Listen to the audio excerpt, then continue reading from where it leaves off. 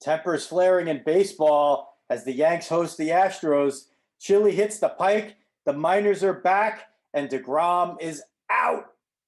Diamond Diehards is on.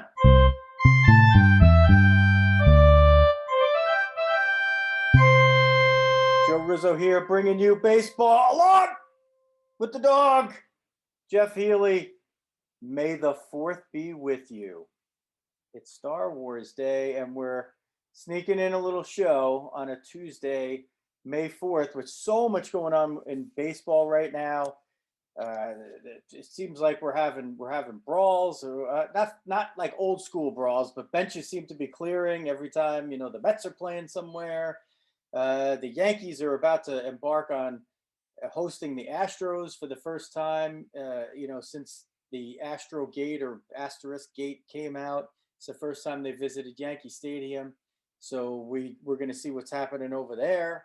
The minor leagues are back online for the first time in something like 19 months, something like that, right?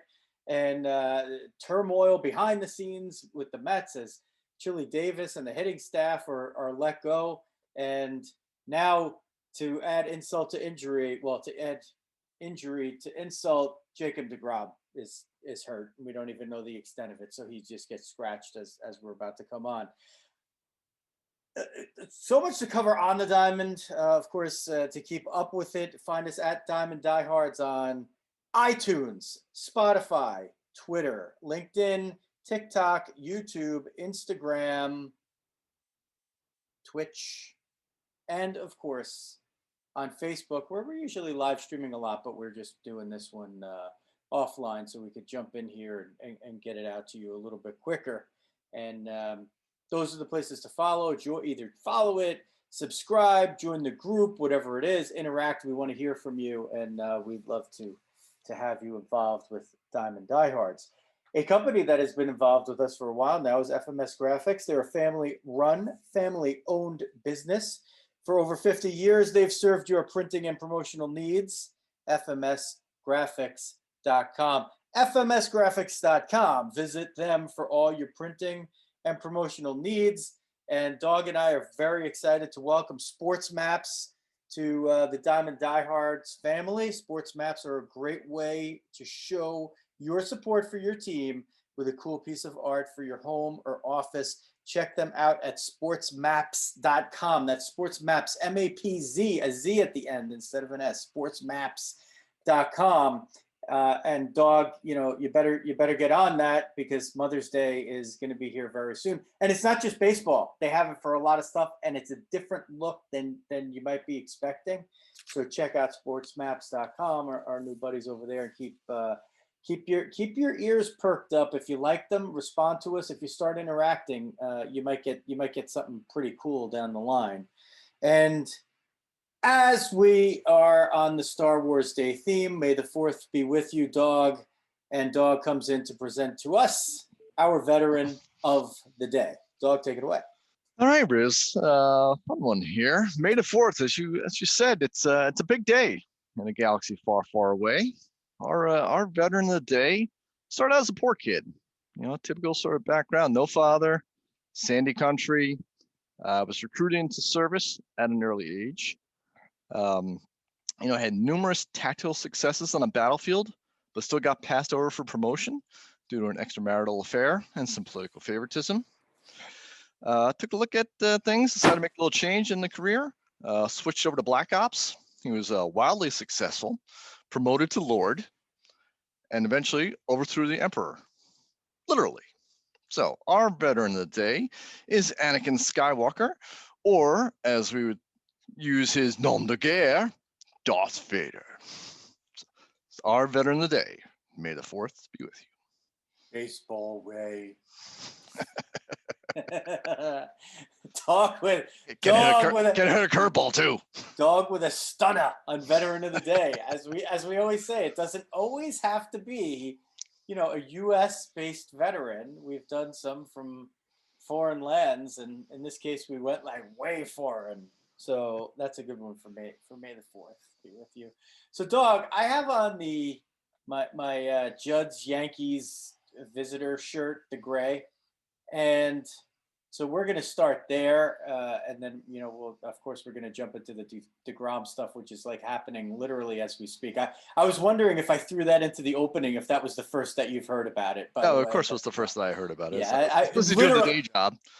Dog, no, it's after the day job ended. Literally, I mean, the tweets just started coming out, and I'm like, I got to just throw that into the open. I had to go look up Puma. Yeah, so Puma has it in there. We'll get to the deGrom stuff a little bit here in on the show. But Dog, the Yanks were 5-10, and I'm like, you know what? I haven't busted out the Judge shirt. I'm just gonna grab the Judge shirt and bust it out. And they've run straight to 500 at 14-14 since then. Now, the Yanks started out 5-10, and I mean, we did like basically a show about it, which we tend to do more Mets stuff, but we did a lot of the Yankee stuff, and we figured out a way to fix the Yankees. They fixed themselves for a little bit. I'm still all in on my changes, by the way. Like Anthony Rizzo in a Yankee uniform would just totally work. But I'm going to credit the shirt as being part of the karma. But I will say this, Dog. And I tweeted this earlier. When you lose, especially in a big market, when you lose matters. Because if they threw up, and you and I talk about it offline, like if they threw up a 5-10 streak in the middle of the season, you might notice it a little bit, but and you'd be like, oh, these guys are slumping, who's doing what? But you throw it up at the beginning of the year, and it's like panic time. Everybody gets their panties in a tizzy, and that's what happened. But I think, Dog, that it's important not to dismiss what we've seen. Those deficiencies that we noticed in the first 15 games eventually will come and bite them in the ass if they don't do anything about it. However, what we're also seeing on the opposite coast with the National League heavy favorite Dodgers is they started out 13-2, and you're like, okay, they're the Dodgers, and this is what the Dodgers are going to look like, adding Trevor Bauer to that arsenal. They lose the first game of a doubleheader today to go 4-11 in their last 15, and that's the first game against the Cubs. So if you're listening and you're like, wait, they lost 2 games on the 4th, or they split, this is the time we're doing it. It's just after work hours here on May 4th. So they've completed 1 game, the shortest outing of Clayton Kershaw's career, by the way, an inning. So the Dodgers have spooled down, and they're like 17-13 now. They're out of first place in the West, which you thought, if there was ever a team that was going to be bet to go wire to wire, they'd be one of the, short favorites to have done that. And, they can't do that now. So do we start to worry about the Dodgers? Dustin May, the Tommy John surgery. And, I imagine that they're just going to push David Price probably into the starting rotation now. That's not bad. You got one of your young studs goes out, and you backfill it with a Cy Young winner. That's, a pretty good problem to have. But, I don't know, Dog. Do the Dodgers have some of these same deficiencies as the Yankees? I don't think so. I think their deficiencies would be more at the back of their bullpen. The other stuff is they just have too many guys that it won't work out for them in the end. I mean, that would just be a massive upset if they somehow found themselves out of the playoff race. I mean, even if the Padres or the Giants, who are playing out of their minds right now, if they beat them out for the division, that would be an upset to some certain degree. But if the Dodgers ended up being out of the playoff race, that would be borderline absurd. If it happened to the Yankees, Dog, I wouldn't be as nearly as surprised. I would be disappointed, don't get me wrong, but I wouldn't be surprised because we see what their deficiencies are. And it's quite possible that they could just try to ride it out, mostly with what they have, saying, okay, these guys all have track records, and, Stanton will stay in there and he'll hit 37 homers. And, Gary Sanchez at some point will come around and he'll hit 20 something homers and maybe hit, 220, and Higashioka play and he'll pick up, a little bit of the other half. And Gleyber Torres is going to solidify himself a little bit at shortstop. It all sounds great until it doesn't work, right? Yeah. I think the big difference with the Dodgers, they have that starting pitching, right? So they have the depth of it again, right? They can slide in a Price into that. And I think even more so this year, I think having that is going to be even more important. when you look at the Yankees, right? We talked about the weakness in the rotation stuff, and a lot of question marks in the guys. Could be high upside, but could be, could have some trouble, and particularly in terms of innings, right? That these guys haven't. A lot of these guys have not thrown, and as you get longer and longer in the season, it's only going to add more and more stress to that rotation. Right, so you kind of knew the Yankees were going to hit, right? I mean, it was kind of ridiculous that they weren't hitting at first. So like you knew that was going to kind of fix it. That's what we were talking the last time on it. Like, to me, you need to sort of solidify the defense, and the weakness in the defense, I think, is just going to amplify the weakness in the rotation. I mean, still the sick bullpen, but like of all the things to fix down the stretch, I think it's almost always easier to go and pick up a bullpen guy versus trying to pick up, a solid starter or top of the line starter for the stretch run. So that's why if I'm going to pick one of the two problems between the Yankees and the Dodgers, I'd rather have the Dodger problems, because I think they're more built to go further into the season. The Yankees still have some structural problems that the bats can probably knock it around long enough for a while, but I think we'll eventually come back to bite them. Positive is they got easier division too, right? So versus what we think the NL West is going to be, and we think it's going to continue to have that competition wire to wire. It's baseball, right? So there's so much to be played out. I mean, we also thought the NL East was going to be like the toughest division that we've seen in a long time, and somehow the Nationals somehow are in first place as we speak at 12-12. The Nationals, Strasburg hasn't pitched basically, and they're in first place. But the funny stat about that is, it's Nationals and the Phillies at 14-15, the Mets 11-12, the Braves 12-16, which is surprising, and the run differentials are -14, -16, -13, and -16. And then you get to last place, and the Marlins are 11-16, and they have a +4 run differential. You never see that. Like the top 4 teams in the division, negative run differentials. The last place team, a positive run differential. Yeah, but the Brewers and the Cardinals are tied for first in the NL Central, and they're both 17-12. The Brewers are -2, and the Cardinals are +20. So what does that tell you? And the Reds are 13-14. They're +8. The Cubs 13-16 with the win in the first game. They're -8. And the Pirates are 12-16.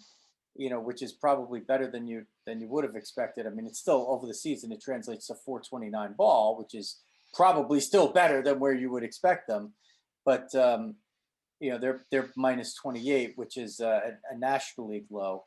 The Tigers are a Major League low, -62 at 8-21.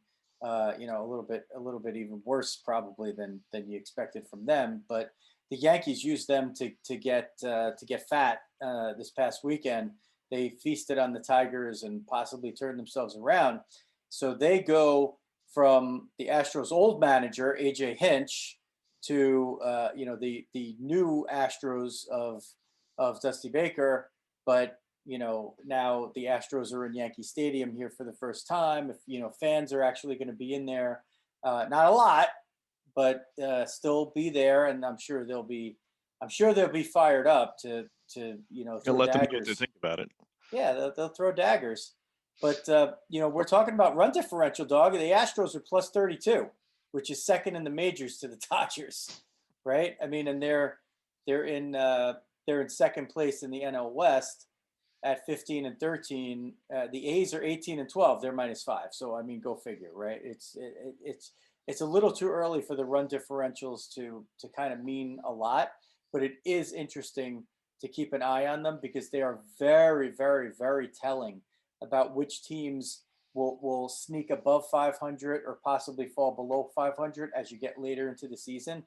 It's a really good thing to use to project what performance is going to be, in the coming, months, as you get, like you need a half a season really to start having the thing kind of really mean something. But it's a good indicator, a very quick indicator of, is this team performing above where they should be or below where they should be? It sounds like a Peter McNabb from hockey here, that the next run to score is going to be the most important run of the season. It's that. You never know. Now, Susan, what you want to score more runs than your opponent. Then you get the run differential and you win the game. Yeah. Well, the Yankees are 14-14, and they are plus 14. The There you go. Rays are 15-15. They're -8. And that's the most Yankee Ray indicative, like, of the two franchises that you could have, right? Like, that's just totally par for the course. The Yankees, they get up, on these bad pitchers, and they just destroy them and bludgeon them, and score 11 runs in those games. And then when they need a run to win a 3-2 game, everybody's striking out because they just throw them sliders every time. Let's talk about, since we're talking about binge offense and then no offense, this is the theme of deGrom, right? So he gets a right side strain, it looked like, from Mike Puma, our pal at NY Post _ Mets. That's Mike Puma. So go follow him there. If you're a hometown Mets person, you're probably following him already. But even if you're out of town, Puma's a great follow because he gives you a really good perspective of what's going on with, I mean, he's an exceptional tweeter. Like he really is. Right side strain, apparently, Dog, it's not really considered to be serious, which I guess means, they don't think it's going to be a long-term thing. But I mean, come on. Like, this is just the last thing that you want to hear, because look, if it's one game and it's precautionary, like you're white knuckling it on the steering wheel driving the Mets for, until he's actually back in there. Yeah. I mean, it sucks. And it sucks for baseball because the guy's on a ridiculous roll to start the season. Yeah, I mean that's definitely nervy. He's missed a couple starts early in the season. Well, I shouldn't say missed, but had his start pushed back a day or so early in the season. No big deal. Anything with like that side oblique and stuff, those are things that just hang on forever, and turns into the day-to-day, turns into like forever and ever. Hopefully it's no big deal. I'm kind of somewhat remember in the past with him, he'd occasionally have something and then it would kind of go away and be all right. Obviously nothing with the the shoulder, the elbow, ligaments, anything like that. They're like really, really scary. But yeah, I mean, you have enough problems going on in the franchise right now. You're very short to your top pitchers. So then to have your new franchise sitting out there, not good, not good, Bob. So it's a madman. But yeah, well, Dog, the thing that worries me when you hear the side stuff from a pitcher from a Met perspective, right, is the nightmare is Matt Harvey, the erratic outlet, right? Like that's how it kind of started. And then it's this and it's that, and he's coming back, and he's not listening to his agent, and let's doing the right thing. I don't care. You can't say for sure that what he was doing, trying to pitch through some of that, ended up derailing his career. I think it probably was happening anyway, and I think he did the right thing and showed what kind of guy and what kind of teammate he was. And I think that was a fait accompli, regardless of what he was going to do. And I think that's generally, you tell me, Dog, if I got that wrong. I don't think it was ever. I don't know. I'll be honest on that one. I don't know. I mean, looking back at it, I mean, it certainly put way more stress on him than you would have ordinarily have seen, right? I mean, he went way over on that innings limit. Again, would it have happened anyway? I don't know. But it definitely increased the risk. I mean, to me, there's no doubt on that he definitely increased the risk. He took a risk for the team, and it might have bit him. So it's totally different people running the organization right now, and deGrom's a different guy from Harvey, but deGrom was in that locker room when it was all happening, right? And he got to see it firsthand and front row. He's already got the contract that Harvey didn't get quite that contract. He got one, but he didn't get quite the one deGrom got, because he was not quite to the level that deGrom achieved, but he was pretty close. He was, I remember talking at the time actually that he should have, and I will give Francisco was talking up too, that he should have done that 3 or 4 year deal. Yeah. And he, ripped up the last year or two. It was going on throughout baseball. He had Boris and wanted to go for the big contract, and he unfortunately paid the price on that one. Yeah. So Dog, we talked earlier Sarah Langs had a tweet about deGrom. She's slangs on Langs on sports. It looks like slangs on sports. So go follow Sarah. And she says Jacob deGrom has thrown 347 pitches at 99 plus miles per hour since the start of 2020. That's 195 more than anyone else. Riz Dawg, Gratterall, a reliever, has 152. And what you and I were talking about offline was what's like, we see a lot of tweets like that now. We see a lot of tweets talking about pitcher velocity. We talk about exit velo. We talk about spin rate. We talk about the leaders and all those things, right? We see those tweets popping up all the time. I took the liberty after just seeing so much of that stuff on this day, on May the 4th. I said, you know what I'm going to do? I'm going to tweet out the leaders of like the basic stats that we all just seem to just dismiss now. Who's leading in batting average? Who's leading in hits? What's the most hits? Is that not interesting anymore? I mean, I can't remember the last time someone quoted that. And it's got to be 5 years. Got to be at least. The unforgotten, underrated ability is availability. It's like a meme, right? At this point, it's sort of like a joke. Availability has become totally underrated. And this is all happening before before deGrom gets scratched. So what I was trying to, and I'm going to circle back to the Sarah Langs tweet here. Like, is this just like a habit? Like, is she praising deGrom for being able to throw that many pitches, or is she sort of like trying to raise a red flag to say, hey, this guy's thrown that many pitches this fast, since the start of last season, should we be scratching our head and wondering if there's something more there than meets the eye? Because it's alarming. I mean, that's an alarming number that he's got so much more than anyone else. And go look at the World Series in 2015. He wasn't throwing 99. Like he just wasn't. Period. Like I don't even think he ever reached that until the past couple of years, and now he's just consistently over it. Does it raise a red flag to the Met fan, or do you just dismiss it as like, hey, it's hey, praise our guy. Yeah, this guy is awesome. We need to absorb every day of him that we have. Yeah, I mean, it's it's certainly a question, right? I mean, do guys throw harder when they get older? Generally not, right? He didn't have a ton of innings on his arm, so it's not too shocking on that. I will say, like, it's sort of like lies, damn lies, and statistics.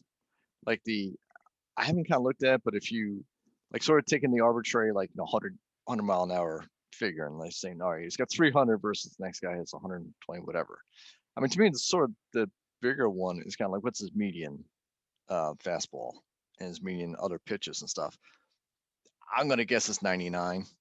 I'm gonna guess the next guy is probably 98, right? Is it that gigantic a difference? Like when you say it's like 300 versus 195, it's like, oh my God, right? But when you have like an arbitrary set of like that, like if you made it 98 and said, well, he has 600 versus the other guy has 500, is it really that big of a difference, right? So that's, I mean, I think that's a little playing with numbers to kind of get an aha number. And is the 100 versus, is that 1 mile an hour really the difference of like his arm blowing up and stuff? I don't know. That's the one that kind of worries me more actually is like the hard sliders, and that's like the hot thing in baseball. And that was Syndergaard was a big one with that too. And that puts way more stress on your pitching arm and your elbows and everything else like that, coming off the slider versus the fastballs. Like almost all the old school pitchers I remember hearing always sort of said you got to watch yourself on the slider versus like a fastball curve, fastball changeup, which those guys tend to be able to go much longer. So I don't know. I mean, that would be my bigger worry is that he's like, that's probably the change in the last year or two is he's gotten to have such a faster slider. Like all his pitches are basically faster. But the slider in particular, that one did kind of worry me that he was making it, and it was great for getting the strikeouts, but it puts a lot of stress on himself. Well, what about the other? I mean, you're talking about like it. I'm saying the words red flag, and you're saying injury, but I'm talking about increased on the other side, performance, yep. increased performance at, past the age of 30. And, when this was happening with hitters, right, Yep. at the beginning, it was cool. and Yeah. then everybody's like, oh, there's a reason why guys all of a sudden they're hitting a lot more home runs, and there's a reason why Barry Bonds' hat doesn't fit anymore. And nobody intimates that about deGrom, but I was wondering if that tweet sort of made you intimate it, or It does, right? intimated it. It does hint at it. I mean, it's certainly questionable, right? Like how, but I remember we said the same thing about Murphy, right? How did Murphy Olsen go from being a doubles hitter to like a ridiculous home run hitter in like 6 months or so, right? I mean, sometimes things can happen. He's not huge. I mean, I guess it's kind of like Pettit, right? I mean, Pettit got nailed with it, and like he doesn't exactly look like the poster child for juicing up. What I've heard for pitchers is that gives you more ability to bounce back and keeps you in the game more, right? That was sort of like the thing, and that not necessarily that you added that much on your fastball or slider or anything else like that. It's just that you could throw that and then come back and throw it again 5 days later, whereas other guys couldn't necessarily do that. And I guess somewhat similar with hitting, though they added a little bit more distance and I guess exit velo, as we'd say today, for the hitting. I don't necessarily remember hearing too much of that. For the pitching side, it was more like being able to bounce back faster and stay in the game longer. Well, I just wonder if, which he has done a lot better at. Right? Yeah, so yeah. 7 innings all the time when nobody else seems to be able to go more than 6. So I don't know. I mean, it would be heartbreaking. It would be a grave disappointment, but we've how many times have we been disappointed in our lifetimes? Forget about just baseball. Was anything more disappointing than Lance Armstrong? No, I mean that was the. I know when you start going out with Sheryl Crow, you knew that was the end. Or just Riz is going this way, Dog's taking that way. Yeah. Dog, if it makes you happy, it can't be that bad. Ad. Well done. Thank you. That was tough. I tried to speak it, not sing it.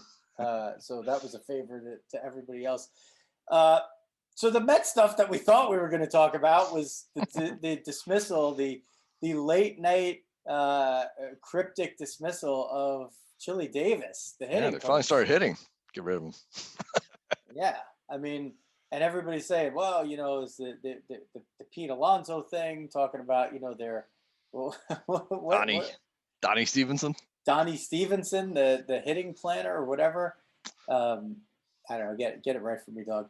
And then all of a sudden you're like, okay, they're hitting, and yeah, now Chili's gone, and I guess his revered and renowned career, the fact that he couldn't make Francisco Lindor, after his $341 million 10-year contract, hit in the first month in New York. Boy, that's never happened before. Breaking Mendoza line. It's easier to list the guys that have hit coming into New York, Yanks or Mets. It's easier to list the guys that have hit from the beginning than the guys that haven't hit from the beginning.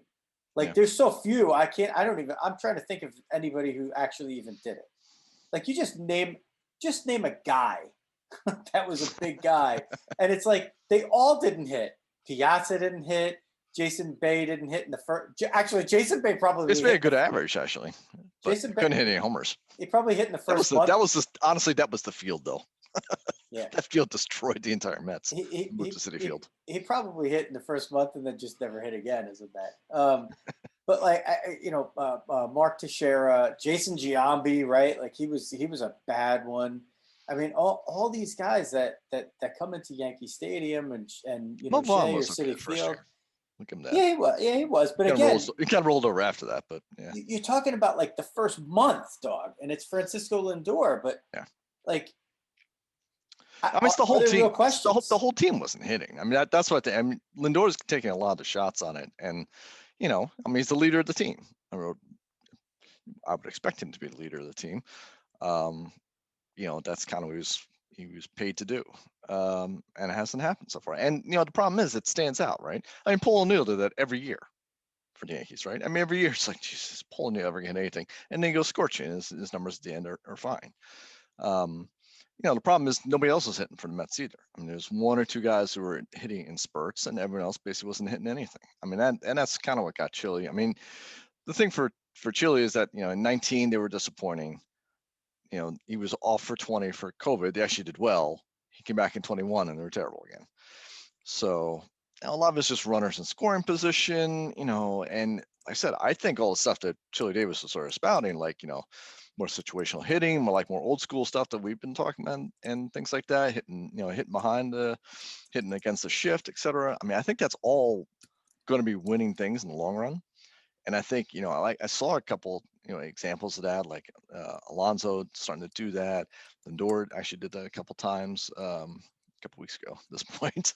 I thought those are kind of smart things on there. And honestly, he's just paying the price for these guys just not achieving.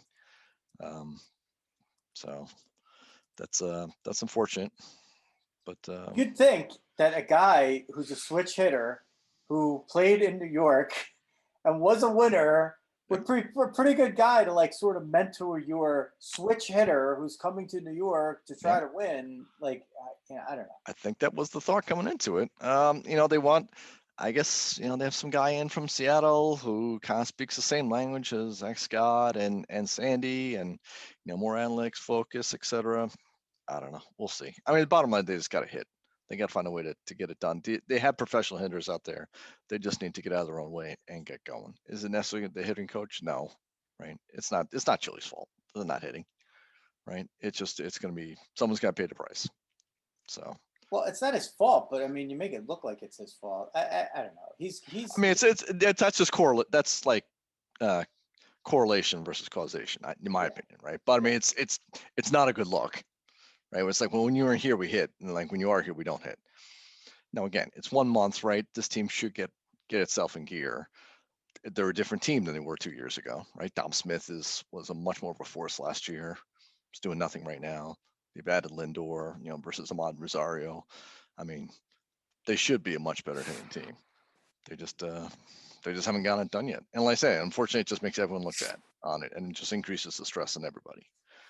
And they were pitching well until today. Yeah. So yeah, Carrasco and Syndergaard were throwing simulated games. So I guess we may need them back sooner than we thought. They now have the 3 best non-pitching guys. and Lugo for the pen. You can mop up front too. Yeah, that's a pretty good rotation. Oh man. Yeah, it's just again, you know what? And the amazing thing is, right? They're like what, a half game out. Right. I mean, kind of almost everything that could go wrong is going wrong, and only a half game out. Right. So I'd rather be in the Mets shoes than the Braves, just losing Darno, losing more and more of their guys. Not good, unless deGrom's gone for the year, in which case I just. Okay, Bob Knight. What's that? Bob Nightingale says. Oh, don't start with Bob Nightingale. MRI to determine the severity of his side tightness. MRI. I mean, well, that's not a surprise. They'd be stupid if they didn't get everything, right? The old Mets wouldn't have gotten him an MRI. They would have been like, put some ice on it. Ice it down, deGrom. Come back tomorrow. Well, go complain to HR. Oh boy, that's Met month. That was a Francisco one that hurt so much. It was so true. Everyone was the injury, the Met month. Oh my God. 5 months later, guy's still not playing. I don't know. About those Royals. Now they don't have the major league lead and winning percentage anymore. That's the Giants, believe it or not, right now. The A's and the Giants are the only teams at 600 or above as we speak. But the Royals, dog, they're and I'm gonna switch it to a little pirate thing here too. The Royals at 16-11, a -5 run differential. The White Sox at 15-12 with a +28. So that sort of gives you a little indication that it wouldn't be too surprising in the near future or the distant future if those teams, flip-flopped, because you figure the Royals are playing better than what their numbers dictate, and the White Sox are underachieving from what they dictated. In their actual stats. Now I got to scroll back into my Twitter and I am going to find the MLB batter strikeout percentage leaders, which are Nick Madrigal at 0.034%. This is an efficient stat for batters not striking out. So in other words, the fewest strikeouts Tough per. guys to catch the strikeout. Yeah, Okay. yeah. So Nick Madrigal from the White Sox is the hardest guy to strike out at 0.034, which is absurdly good. That's like Wade Boggs. Yeah, it's better actually, I think. Wow. Kevin Newman from the Pirates, who you never heard of, is at 0.084. The Squirrel, Jeff McNeil, 0.089. Merrifield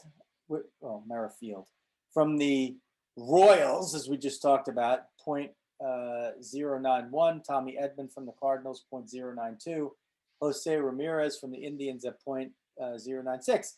And Adam Frazier, also from the Pirates, at 0.098. So what I did later, having that in my mind, when our pal Rob Biertempfel, the Pirates writer for theathletic.com, so go check out Rob's stuff there, he was asking for questions for his mailbag. So I said, I got a question for Rob's mailbag. With Kevin Newman and Adam Frazier in the top 7 of strikeout percentage, are we seeing a difference in approach for the hitters, emphasizing putting balls in play? Now, Dawg, as you know, love that question. As you know, the Royals got to the World Series in 2014 and 2015 doing just that, right? Like they were zigging when everybody else was zagging.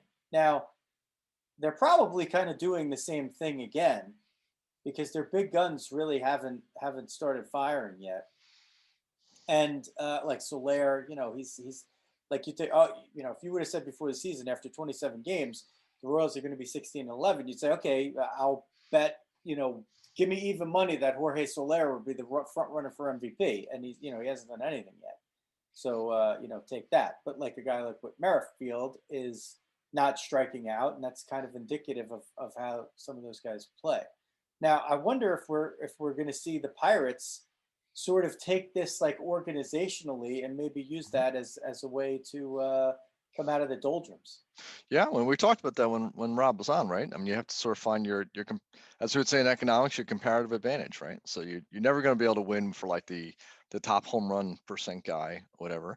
But if everyone else is going and shooting for those kind of guys and shooting for the high strikeout guys as pitchers, your value is the guys off that radar that people aren't going and scouting, and then you're competing against the 2 or 3 other small market teams, let's say, who are forced into that sort of market as well. And it's interesting, right? I mean, when you take the Royals and then you look at the Pirates right now, that there clearly is a way to unlock that value, right? And the smart teams kind of get onto it. That's also sort of same with Chile. I'm like, I actually thought his approach was actually pretty good, right? I mean, he was just kind of blamed for it, but like the thought of trying to do that, trying to break the shifts, etc. That to me is just a no-brainer. That's how you're going to have to eventually win in baseball. And like I said, the small market teams, like you sort of said, like the guys throw like nothing but curveballs and stuff, right? That nobody cares about anymore. That's a huge untapped value that you can go out and eventually will prove itself out. And it's cost effective. Exactly. That's a she gone. So. By the way, catch the latest she gone. Kevin Kennedy was on there. It was really I didn't get to see it. That would be good. Yeah, I did not catch it yet. Our pal Jeff. I saw Lily's hit. That was good. Some nice hits. Yeah. Nice hits there. Lily Martineau, nice. It would have been a homer if there was the fence extended. Apparently. Homer. Yeah, that's a strange. Plus, you gotta love like her field is like 10 feet from like the school. Like that school's got to be getting peppered constantly. I'm like sitting there like. I don't think those angles work out. I'm like, they must break that window like all the time. There's like 6-foot fence, like in like, I don't know, little liner off the bat. It's got to be smashing windows. Yeah, that would be like the advantage to being able to switch hit. You're playing high school ball. You go to these places. I'm like, I'm gonna bat lefty today to see if I can hit the school and break one of their windows. It's like the only time where you get to break a window and you're like totally off the hook. I don't know. I just hit the ball. I just fouled it off. I don't know. At one of Luis's softball games, somebody fouled the ball off and it hit somebody's back windshield and smashed it. Oh. With a softball. Like, man, that had to be the sweet spot. I'm like, I'm never parking there. Get me away. I'll walk. So much for that resistant glass, huh? Somebody got a deal on a windshield. No, it's that sweet spot. There's like you have that, you could break a piece of glass like that, even a tough piece, you could shatter it with like a ball peen hammer. Yeah, but it needs to be pointed and focused, not a round object going and hitting it. Oh, shut up, Healy. I just got ball peen hammer into a sentence. I do. I'm impressed with that. However, it's wrong. Wrong. I'm singing Sheryl Crow lyrics and getting ball peen hammers into the. We're all over the place tonight. I need a hula stick. Are you not entertained? By the way, speaking of backdrops, Dog with the Shea Stadium backdrop. Old school up deck. Actually, that's a mezzanine. Actually, that's a mezzanine. The mezzanine with the green. So you go up one more level. Baby. That's all you got. That's actually the top layer in City Field. It's like the old mezz. Like they don't even have like an upper deck. We didn't talk anything about 7-inning no hitters and one hit. I don't know. Did we get that in last show? I don't know. We might have. But that's a good question. It amazing? I know we talked about it. I don't remember if it was on air or not. But it's kind of like funny how that ship sailed pretty quickly, right? Yeah. Like there's not really, there's a little debate about it. Like people had their little outrage, and then everybody's kind of moved on. But they still like to complain about, 7-inning games. Like it's not, dude, it's the majors, play 9. But it's so easily dismissed, right? Yeah. I don't get the outrage. Like of all the things, there's plenty of stuff to be ticked off about and changes and things like that. Like that to me is not really one, right? I mean, if going into it, it's a 7-inning game. It's not like you had 7 innings and like all the best hitters were still left on the bench and they're waiting for the 8th or 9th inning to try and make a comeback and also the game is rained out. Right? Well, that's different. Like when you're going to a designed 7-inning game, you have to bring all your offense within that 7 innings, and the guy stops you. I mean that's just it. Like well, yes, it's different. I don't think it tarnishes it the way some of the guys make it out. Compared to other stuff. I mean, I do get hey guys, it's the majors. Let's, we play 9. That's like what we do. But they're like at least for the 7-inning doubleheaders, like I could kind of see the reason behind it. And the main idea really is let's get the games in. It's better to play 7 than, play 7 twice than play 9 once. Maybe to some people it's not. But you don't want to keep cramming those games in at the end of the year either, or in between homestands or taking days off. So if it's a little bit of a compromise and you have to give way there, I don't mind so much that one. Yeah, I agree. What about the runner on second thing? Did not bother me. It didn't bother me last year, but it bothers me this year. Why is that? I never liked it. I never liked it the whole time. I mean, it's just a gimmick. It's just ridiculous. Like it's one thing to change sort of like the length of a game or something like that, but like when you're actually changing like the actual play of the game, it's like I don't know, like what once you stop banning stealing if you want, then, or like you're making fundamental changes in the game, and it's just ridiculous. Like that's I mean, I don't know, it's just there is a great debate though. There is a great debate. Right? You could have a perfect game. You could have a perfect game. Right? You get to the 10th inning. How about this? Let's just go to this one. Let's go to this one. This is an even easier scenario. Right? Because you got to go 9 for the perfect game. So you're in the 7-inning doubleheader. And it's 0-0. So you get the runner on second in the 8th now, right? The runner on second happens in the 8th. You get through that. Perfect. Right? Now you go to the 9th. Top of the 9th, whatever it is, or bottom of the 9th. Bottom of the 9th, right? Well, I don't know. Top of the 9th. You gotta figure top of the 9th. Let's just say top of the 9th. You go. First pitch, fly ball to right. Guy tags up, goes to third. Next pitch, fly ball to center, guy tags up, scores. Next batter, strikeout. You just pitched a perfect game. Or did you? But you just allowed a run. And then you didn't score in the bottom of the inning and you lost. So Basically, you described, hopefully, Jacob deGrom's perfect game someday. As we said, every Met hitter, when you say deGrom threw a no-hitter, this next question is going to be, did he win? Yeah.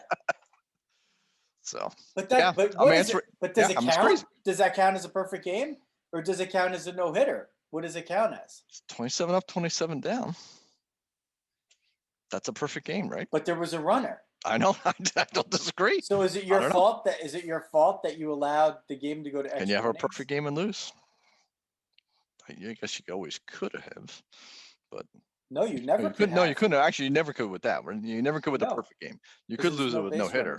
Yeah, you get errors and stuff like that. But. So does getting into an extra inning now cause you to have a base runner, and thus nullify your perfect game? Because if you were really perfect, you wouldn't have gone to extra innings, but it had nothing to do with you. You kept the other team off the board. It has to do with your offense.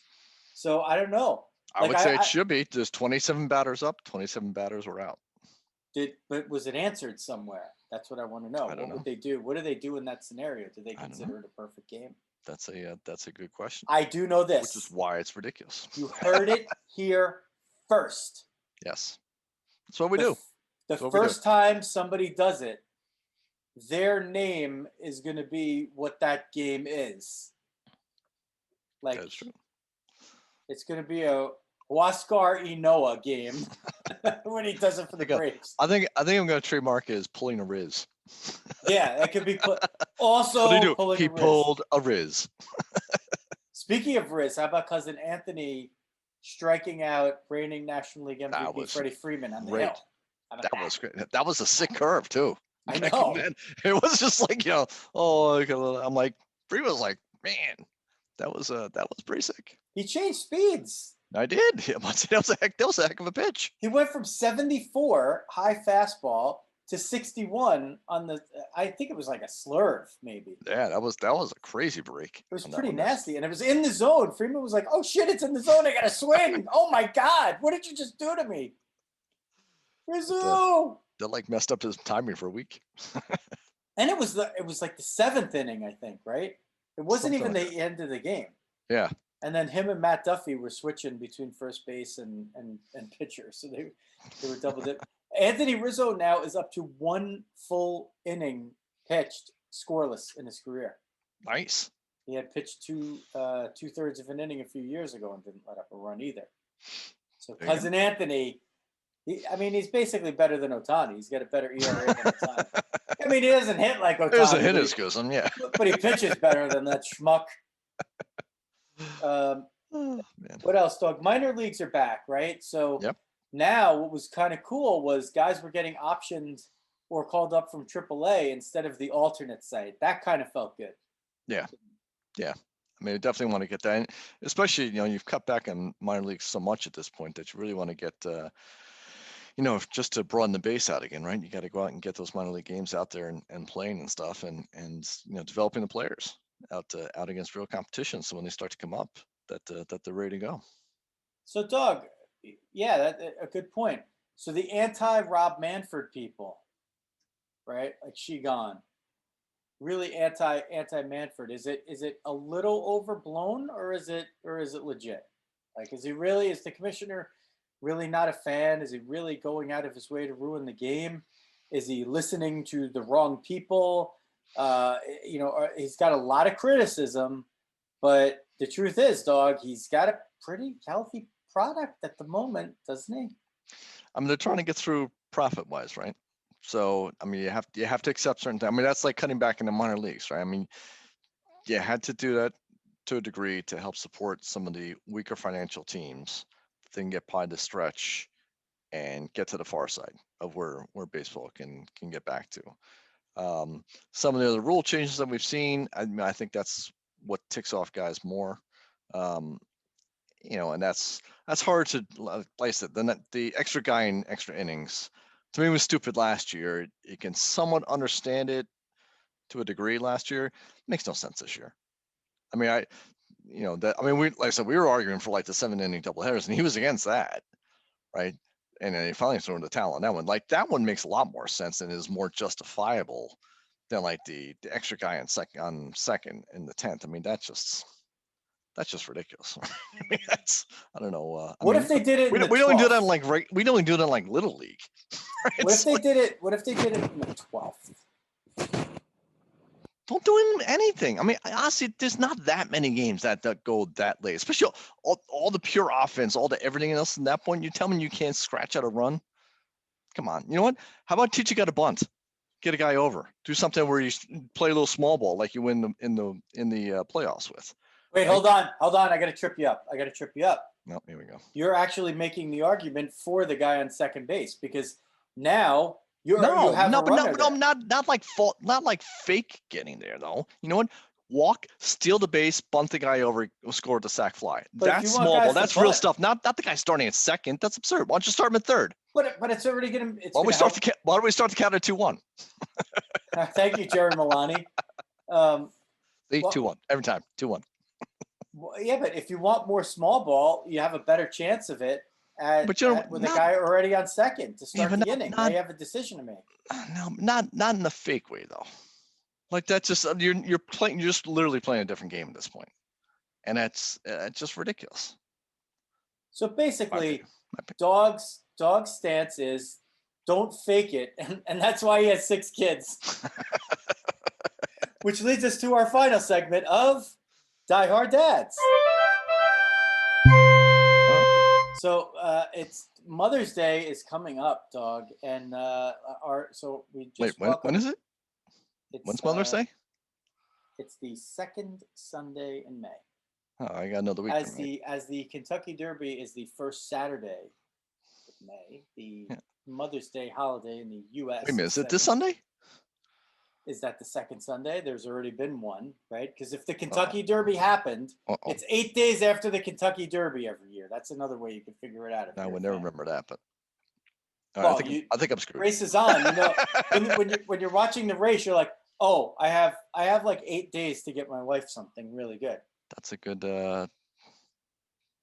thing that I should remember for next year. Because it didn't help me this year. We still got a little time. It's Tuesday. It's Tuesday. So hello, Amazon. I'm perusing Sports Maps, our new pals. So that's Maps beautiful product. Baseball, college football, Formula One, horse racing, and soccer. And you could also sort by the full list or most popular if you go to sportsmaps.com and then collections. Wait, we can get pictures of the courses for horses? This is fantastic. Yeah, I gotta tell you. So my friend, my connection over there, Phil, who's a great guy who I had the pleasure of working with for a long time. We worked together in the horse racing industry. And if you are a horse racing fan, oh my God, these are so good. They're so good. Nice. The Churchill Downs one is great. Saratoga, okay. Dog, I might have to get in August, go up.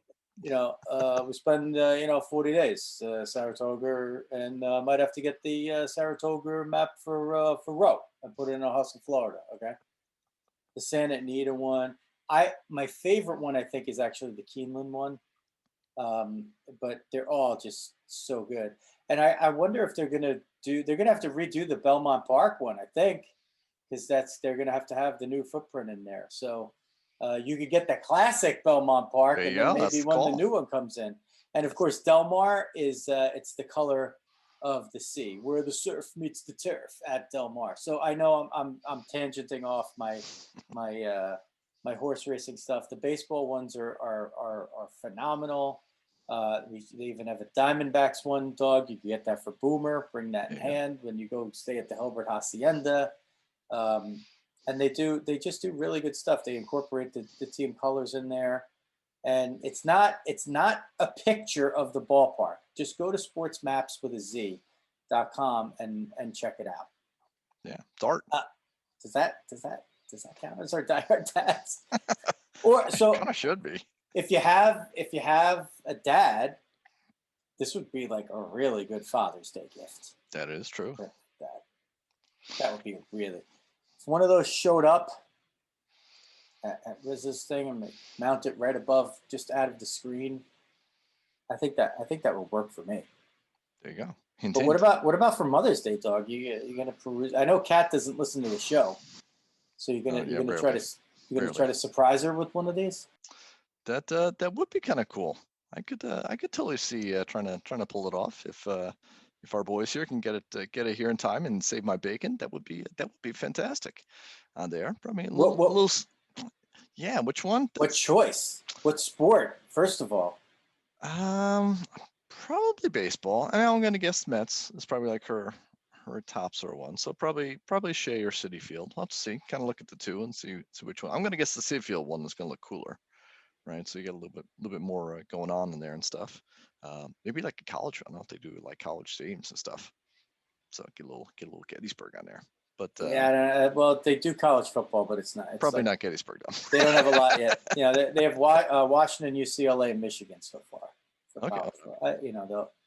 But yeah, I mean that I think it's a great gift. I remember getting. I did a picture. What was it of? I think the old Penn Station. I got that frame for my dad at one point, which is kind of cool. Now they have the new Penn Station. I can remember the old school, but the one they demolished for Madison Square and started the historical preservation movement in the United States because of that travesty. And that was just a gorgeous shot. So I think I love stuff like that. So so I will be definitely checking out sports maps and see if we can make that happen. If not, we might have to go back with the chocolate covered strawberries and make some breakfast in bed and hope it all works out. I need a dog mom thing now too. Now that I gotta get Lady involved in this here too, so I gotta get a little. So it'd be nice to get like the little dog mom cup with the two names on there and stuff. And I'm not sure we can pull that off in time. DiamondDogMoms.com. Exactly. We gotta put that on the website. Yeah, I think I'm just going with the pool being a gift for everything: birthday, anniversary, Mother's Day. It's just the pool is just. I got you the pool. Exactly. The Rizzos are in the middle. Well, we're not quite in the middle. We're at the beginning of you got a big hole. The long journey of getting a pool installed. You're fracking the pool right now. You're fracking my wallet. More. We need advertisers. FMSgraphics.com and Sports Maps. They're getting us on the map. We need more revenue, baby. Oh. By the way, click the soccer ones, Dog. There's a lot of really good soccer. Oh, that's true. Those would be some nice ones. You have the soccer fan in your life that's into it. They have 33 of those. Nice. Barcelona, Crystal Palace, Chelsea, Celtic Football Club. I have to go dig a little deep. West Ham United. I know Dog's a big West Ham United guy. Dog wouldn't know West Ham United if it was in his. He ordered a West Ham United and egg sandwich the other day and thought it was a Taylor ham. I used to have a Liverpool jersey for Ryan way back when. So actually, it's fun. I got a whole bunch of these when I was in Iraq. They have them for free. So I just grabbed a whole bunch, brought them home. Here you go. I have no idea what these are. I'm still waiting for mine. Sorry. Do teeny ones. Keep waiting. Triplets. There you go. Yeah, Uncle Dog brought these back from the desert. There you go. So yeah, well, I don't know. You got any other stuff for diehard dads? Well, let's see. We got Michael went out and pitched another good game yesterday. So that was a goodie. Another classic Healy with a couple walks in there, but I think 5 Ks in 6 innings. So that was good. That's about it. Been fairly quiet. Had a little celebratory moment yesterday. Lou Rizzo with her first career high school base hit. Nice. And ribeye in the same stroke. Very nice. Excellent. Congratulations to Lou. Cool. So that was good. JV hanging in there. A lot of hockey going on now too, believe it or not. It's tryout week for the fall team. So she's got a lot of hockey. She's more hockey than softball, which kind of hurts a little bit when it comes to softball season because there's just no spare time to sharpen skills. And, the Martineaus live a little too far away for me to just drop her over there and say, hey, Lily, make Louisa hit better, But she got a good poke on the ball. She's a right-handed hitter, went to right field. The right fielder was playing really shallow and tried to chuck her at first base. I'm like, get that shit out of here, Healy. That shit out of here. Thankfully she legged it out because it was. That's pulling a Healy. I got that cannon. I know, but this girl, she was playing really shallow, and Lou hit it hard. So it got. I think it was. I don't know if it was out of the. It might have taken one hop in the infield, but like if it did, it was either at the end of the infield or the first hop was just over the outfield lip, so it might have kicked even further. And the girl picked it up clean and tried to chuck her at first, but she beat it. She beat it by a step. Nice. Fortunately, she was hustling, and I think a little bit of she was never that fast of a runner. And then all of a sudden, last softball season, sometime in the middle, she was running completely different, and she got a lot faster. So nice. Like she would have been chucked if it was like the beginning of last year. Actually, the beginning of last year, I think she did get chucked at first on a would-be single to right. Never again. So yeah, you will never, ever do that to me again. That's what Will Clark used to say to those pitchers, right? Exactly. Yeah, so I think we covered it all, dog. We got the tempers flare. Well, we didn't. We didn't really talk about like tempers flaring in all these games of baseball. Oh yeah, that whole thing. Well, Alvarado, at least the Mets blew up his ERA, so that was good. Yeah, but I mean, it's absurd. That was once. God, I had flashbacks to Piazza and Clemens on that one. So is he throwing at guys? Is he not throwing at guys? And then the Mets go to St. Louis, and some guy named number 92 is hitting people. I like to say. Some guy named number 92 just hit. This guy even make the team. He's not even trying to hit the guys, right? So you get a little dilemma. He hits two guys in a row. Clearly, he's rattled by the fact that. Oh, wait, actually, what am I thinking? It was the Phillies. It was the Phillies against the Cardinals. He hits Harper, right? He hits Harper in the face. Yeah. He didn't pitch against the Mets in the last game, right? No, I don't think so. No, okay. So, it was the Phillies. So he hits Bryce Harper in the face. Clearly, he's rattled, and he hits the next guy, like in the ribs. And it's a tie game. He's like obviously not wanting to put people on base. And then the umps have to come out and they have to warn them and whatever. And Girardi's like, what kind of bullshit is that? And he gets kicked out of the game. But it's a quandary for the umps, right? Because if guys get hit like that, you have to do the warning. And then if the other team hits back, you got to kick the guys out of the game. But it's clearly not a case where the guy is trying to do it.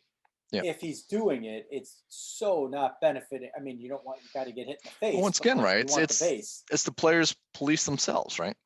Like they know, right? They know when a guy's doing that intentionally and the guy's not doing that intentionally, right? Right. So that's why like putting the umps in there and putting the overlay of the rules, everything else like that is counterproductive. So, now what happens when one guy lets one slip and all of a sudden gets thrown out of the game because he drilled a guy, right? He had no intention either. I think it was it might have been Marvin Freeman. I might give him credit for that, for tweeting, if your control is that bad that you're going to get rattled and hit guys, get the hell off the mound. You don't belong in the majors. I was like, wow, that's kind of like a pretty strong take. But when it comes from a guy, it's kind of true though. When it comes from the guy, who towed the bumps as many times as Freeman did, it kind of like, gave me like a different viewpoint of it. Yeah. So, well, I don't know. Tempers flaring all over the place, and it was Nick Castellanos was playing for keeps in Cincinnati, and people are getting bent out of shit. Now he got suspended for that, and that wasn't even like anything compared to what these guys were doing. So I don't know. It's not. The seas are a little uneven here, right? And then, dog, the bad umpiring going on everywhere. Mets seem to benefit from it all the time, though. Not all the time, trust me. But certainly the Conforto one, right? That was by far the most. And the double play. Double play, true. Where who was it? McCutcheon, right? Yeah. He's running in a straight line from first to second. And I think was it McNeil or was it the shortstop shifted over, gets the ball in the grounder, goes at him like he's going to tag him. McCutchen never changed. He's literally running like a perfect straight line. If it was a drunk test, he would have passed. Like, we're going full speed. And they call him out for going out of the baseline, and nobody could still figure out like how they even came up with this call. And it's a second weird call like that. There was a runner running to first, and they did the same thing. Like I don't know. And there's no good explanations for these things yet. True. Except if Angel Hernandez is the ump every time in all these cases. Cowboy Joe. Even we just get blamed for it. Like even if he wasn't there. It's Probably would be his fault though. That fucking Adrian Hernandez again. What else to cover, dog? I think Yanks Astros, we covered it. Chile, minors are back. deGrom, we fit in there. We did a little thing for our pals at Sports Maps. FMS Graphics is a family-owned business for over 50 years. They've served your printing and promotional needs. They're serving our needs now as well. FMSgraphics.com. FMSgraphics.com. Visit them for all your printing and promotional needs. So we get the second plug in over there. This show, we need you to follow us. Everywhere, dog. Everywhere. iTunes, Spotify, Twitter, LinkedIn, TikTok, YouTube, Instagram, Twitch. At Diamond Diehards. All those places. Well, maybe not YouTube. Just we're easy enough to find. And DiamondDiehards.com. We need the subscribe. We need you to, if you're a Spotify person, follow. If you're in iTunes or whatever, anywhere else, subscribe. There you go. I was going to say our veteran of the day is find your lack of sharing disturbing. So you got to go out and share us out there on the Twitter, on the Spotify, the iTunes, YouTube even. We think we're doing good stuff. We think we're doing good stuff here. We get good reviews from the people who have been with us so far. So you can get in there early. Tell a friend. Encourage to join. Watch early and often. Business opportunities, LinkedIn. That's usually where we're going for that. But whatever, just get a hold of us in any way you can at Diamond Diehards, basically everywhere. So that's going to be a wrap on the Star Wars show. May the 4th be with you, dog. That's him. For the dog, Jeff Healy. This is Joe Rizzo. Diamond Diehards is out.